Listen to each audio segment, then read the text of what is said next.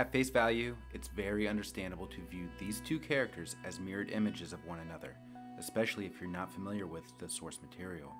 In this video, we're going to put to rest the notion that House of the Dragon will present Rhaenyra Targaryen as a stand-in for Daenerys Targaryen from Game of Thrones.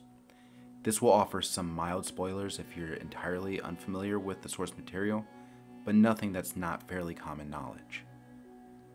Let's take a look at what we know of Rhaenyra Targaryen from her earlier years.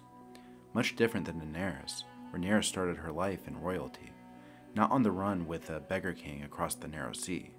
Becoming her father's cupbearer, King Viserys was grooming Rhaenyra to become his heir.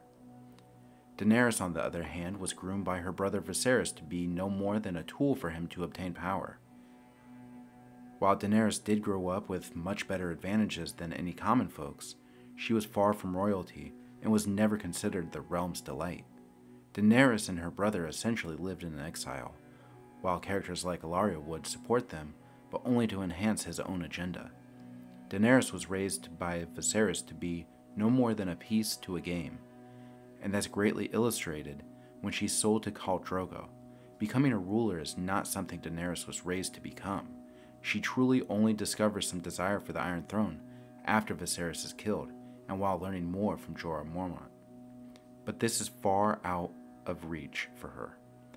First, she has to earn the right to be Khaleesi in Khal Drogo's eyes, and eventually earns favor of the rest of the Dothraki during the ritual in which she consumes the horse's heart. Now, we're not trying to paint Rhaenyra as unworthy, but to display contrast, there's a tourney held where Sir Criston Cole defeats Daemon Targaryen and uses this moment to earn Rhaenyra's favor when she is only 7. Daenerys, pregnant, and Khaleesi is trying to earn favor of the Dothraki when she's already married and pregnant with their Khal's child. We're essentially comparing the difference to birthrights and earned admiration. To simplify, early on, Daenerys is loved for what she does, where Rhaenyra is given affection for who she is. When Rhaenyra is courted for marriage by numerous lords in Westeros, so that those lords and their families can further ascend power, Daenerys was sold to Khal Drogo with the motive of her brother Viserys ascending in power. These situations are similar, but they are on opposite ends of these similar situations. At the end of the day, this video really doesn't need to be super long to prove its point.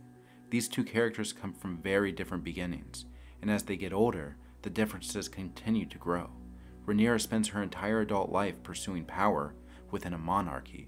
Her desire as presented in the books was to take her rightful place of power over the people of the Seven Kingdoms, and like most involved in the Dance of the Dragons, she prioritized that power over looking out for the best interest of the people. This is the biggest insult to Daenerys in Game of Thrones' final 2 seasons, because it betrayed her motives. She is the breaker of chains, a true crusader for the people, and not just the people of this region or that, but all people. She's a liberator. Her biggest conflict was with the slave masters and Meereen. Daenerys doesn't oppose individual rulers. She opposed the manner in which they ruled. Motives are important in character development. For Daenerys to be compared to Rhaenyra is to say that Daenerys prioritized who was in charge of the wheel more than breaking the wheel. Rhaenyra at one point orders the murder of the girl Nettles because it's rumored that her and Daemon have developed a romantic relationship. So she wants to have Nettles killed out of jealousy. This is just not something you can see Daenerys doing in the books or in the show up until season 7. Daenerys can be argued to be objectively good, well-intentioned throughout the books and mostly throughout the show until season 7.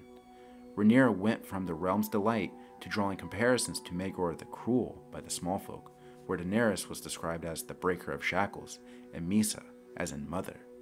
Daenerys denies her crown to stay in Meereen and protect the freed slaves as she believed they would be harmed or re-enslaved if she were to leave. Now obviously, we have point of view chapters for Daenerys where she's conflicted with her decisions on how to do what is good for all, even if that means chaining up her dragons as you saw in the show. Rhaenyra may be given more development where she does go back and forth morally in an attempt to protect the realm and the weak smallfolk, but there's nothing in the source material that suggests this will be the case. Rhaenyra's paranoia and rage is far more comparable to Daenerys' father's Aerys Targaryen, the Mad King. The opinion of this video is there is no true stand-in for Daenerys in the Dance of the Dragons, and we shouldn't expect one in House of the Dragon either.